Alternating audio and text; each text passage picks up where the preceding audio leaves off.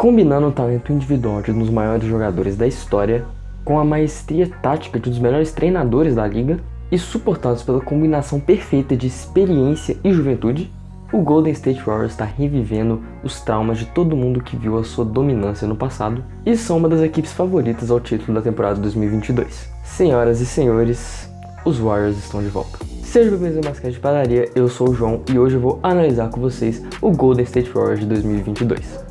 Vamos primeiro contextualizar a montagem desse elenco. Bom, em 2019 a gente viu o final do ciclo vitorioso dos Warriors, depois de 5 anos seguidos indo para as finais e capturando 3 títulos. Os Warriors dessa época da dinastia jogavam um estilo rápido, dominante e com poder de fogo incomparável, enquanto eram também encorpados por uma defesa muito forte. É justo dizer que é um dos maiores times da história da NBA. E depois da derrota nas finais de 2019, eles teriam que começar a sua nova temporada em 2019 e 2020 sem a grande estrela Kevin Durant, que saiu na agência livre para o Brooklyn Nets. Eles também perderam o especialista defensivo Andre Iguodala, que foi trocado, e o favorito dos fãs Shaun Livingston, que se aposentou, entre diversas outras peças que deixaram a equipe. E além do desmanche do time que baseou, de todo aquele elenco que baseou a dinastia de 3 títulos e 5 finais, eles também ficariam sem Klay Thompson por toda a temporada por causa da sua recuperação na ruptura do ligamento anterior cruzado que ele sofreu nas finais. E para terminar de jogar sal na terra arrasada, o Stephen Curry fraturou a sua mão em apenas o 7º jogo da temporada de 19-20. Então, nessa temporada, os Warriors tiveram que se reinventar. Eles abraçaram o tanque, tratando jogadores ruins por contratos baixos e aproveitando jogadores jovens. Manteram o Stephen Curry e o Draymond Green, os 2 melhores jogadores do time da temporada, no banco, sentados, não jogando, para garantir que o time não tivesse chance de ganhar, enquanto ambos já estavam em condição de jogo, saudáveis. E usaram seu novo armador D'Angelo Russell, que veio uma signing trade naquela off-season, em uma troca que enviaria Andrew Wiggins para os Warriors. E com esse planejamento de pensamento rápido, que foi o que eles tiveram a fazer, eles conseguiram a pior campanha do Oeste e a segunda escolha do draft, consequentemente. E essa segunda escolha virou James Wiseman. Então, com esse planejamento rápido, de pensamento rápido, de perder intencionalmente, eles conseguiram o que eles queriam, a campanha do Oeste naquela temporada, e a segunda escolha do draft, que virou James Wiseman. Para 2020 e 2021, eles tinham a esperança do retorno de Klay Thompson e seu novo pivô talentoso draftado na segunda escolha. Mas dessa expectativa eles receberam a realidade de que as novas contratações não eram boas, o seu novo pivô talentoso precisava passar de um processo longo, doloroso e difícil de adaptação e desenvolvimento, e eles tiveram também a trágica notícia da ruptura do tendão de Aquiles de Klay Thompson quando ele estava quase pronto para retornar. Mas pelo menos eles teriam 100% de Stephen Curry e 100% de Draymond Green, que fizeram de tudo para levar a equipe para os playoffs. Com Curry fazendo o seu caso para MVP da temporada, não merecia, mas fez o seu caso, e Draymond Green ficando no primeiro time de defesa. Mas eles fracassaram ao chegar aos playoffs quando eles ficaram na 8ª colocação do Oeste e caíram no torneio de play-in para os Grizzlies. Então, depois dessas 2 temporadas decepcionantes e tristes, mas bem planejadas, os Warriors utilizaram tudo que eles aprenderam e tudo que eles conseguiram nessa mini reconstrução para se tornarem um time sensacional mais uma vez. Sendo agora, como eu falei, um dos favoritos ao título. E quem são os caras que agora compõem esse time? Vamos destacar eles individualmente. Andrew Wiggins se adaptou como um dos pilares da equipe, com números ótimos que o levaram ao jogo das estrelas nessa temporada como titular. Jordan Poole evoluiu absurdamente e se tornou um pontuador bem dinâmico saindo do banco. Andre Iguodala retornou à sua casa e o Kevin Looney continuou trazendo à mesa a mesma solidez que ele trouxe durante os anos da dinastia. Eles conseguiram alguns jovens que encontraram seu espaço na equipe e viraram favoritos dos fãs, como o especialista defensivo e monstro voador Gary Payton II e o versátil Juan Toscano Anderson. Mas esse time ainda gira em volta de 3 caras. Começando por Stephen Curry. O 2 vezes MVP em 2015 e 2016 e finalista na última temporada, quer mais uma vez o troféu. Com seu time se encontrando e outros jogadores dando um passo à frente, é normal que seus números de pontuação caiam um pouco. E ultimamente ele teve sim uma esfriada gigante na sua produção geral. Ele tá chutando mal, ele não tá pontuando tão bem, ele não tá tão bem quando ele tava no começo da temporada, mas ele ainda é o Stephen Curry, ele ainda é a referência desse ataque. E ele vem acompanhado por Klay Thompson, seu Splash Brother que passou tanto tempo afastado por 2 lesões gravíssimas, retornou muito melhor do que muita gente esperava, inclusive eu. Ele voltou mais agressivo, atacando a cesta e mostrando facetas do jogo dele que ele não mostrava desde lá atrás em 2016, quando ele não tinha que dividir tanto a bola com Kevin Durant. Ele tá um pouco mais distante daquele 3&D que era meio delegado à linha de 3 e a marcar que a gente viu durante os anos da dinastia. Principalmente, igual eu falei, quando o Kevin Durant estava no time e puxava tanto da pontuação. E isso é algo importantíssimo agora que ele vai ter mais espaço para jogar, porque como a segunda opção ofensiva ele precisa diversificar o seu portfólio de ataque para abrir mais espaço para os outros jogadores em volta dele. Isso deixa ele possivelmente mais perigoso no lado ofensivo da quadra, enquanto ele segue tão bom quanto ele era no lado defensivo. Mas tudo isso depende da sua forma física e ritmo, lembrando que 2 anos sem jogar não é brincadeira. Mas o lado defensivo, que é o forte do Klay, também é o forte de Draymond Green.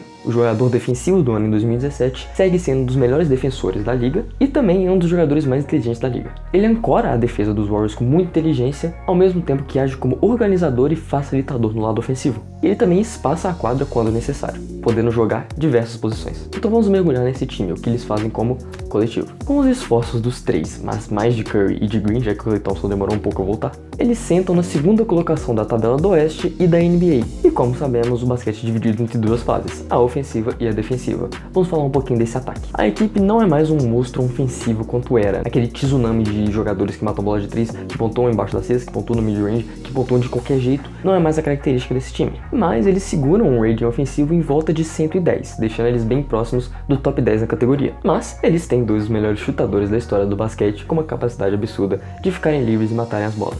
Bom, e é isso que faz o time ser tão perigoso. A gente vê que nessa batida pra dentro do Otto Porter, a defesa de ajuda chega aqui com o Lamar Stevens. Essa defesa do Lamar Stevens faz o nosso querido Jerry Osman ter que ficar esperto com Andrew Wiggins, certo?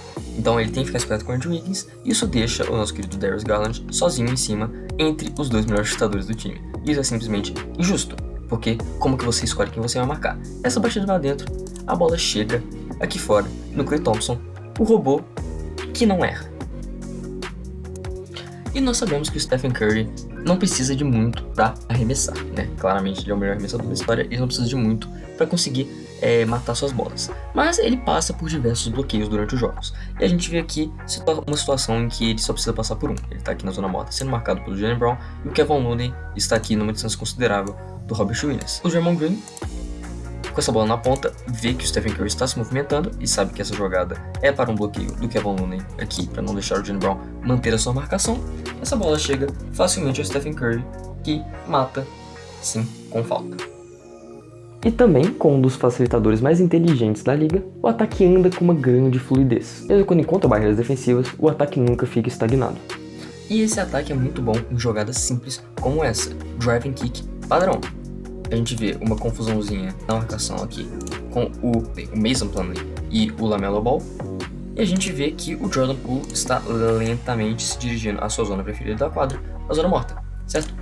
Então, o Draymond Green é um dos facilitadores mais inteligentes da liga. Então, sempre que ele ataca a cesta aqui, várias possibilidades se abrem.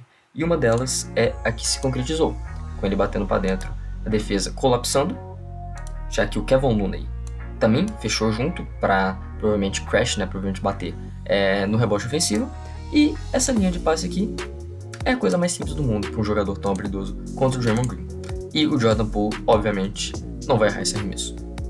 Bom, e essa é uma jogadinha saindo do timeout, que vai chegar aqui nas mãos do Andrew Wiggins, e a gente tem uma situação de bloqueio cruzado aqui. O Jordan Poole vem nessa direção e o Stephen Curry vem nessa direção. Eles não param suas corridas, mas esse movimento vai causar um efeito de bloqueio. Eles estão bloqueando seus homens, seus marcadores, para deixar um homem livre. Essa bola, obviamente, né, como eu, você e todos os defensores do Nets sabem, tem o objetivo de chegar no Stephen Curry, nessa região, que é a região preferida dele, certo? Então, o Stephen Curry vem em direção à bola, recebe, mas a defesa do Nets se compromete com ele, o que deixa o nosso querido rapaz Jordan Poole livre. E o nosso querido rapaz Jordan Poole livre será encontrado por Stephen Curry. Bom, e essa jogada é um especial do Steve Kerr. Ele ama os cortes de backdoor. Mas esse corte de backdoor ele vem com um pouquinho de molho, um pouquinho de sauce. A gente vê que esse pequeno bololô acontecendo aqui nessa região é porque o Andrew Wiggins está fazendo um bloqueio para que o Damian Lee saia nessa região aqui. Exceto que esse não é o objetivo da jogada. O Damian Lee confunde toda a defesa do Nets e corta em direção à cesta. Isso causa um mismatch aqui com Andrew Wiggins e Patty Mills, um mismatch de tamanho muito óbvio. E com esse bloqueio que está sendo armado pelo Kevin Looney aqui, obviamente, o Patty Mills imagina que o Andrew Wiggins vai sair nessa direção aqui. E o Andrew Wiggins faz essa leitura e corta na porta dos fundos em direção à cesta.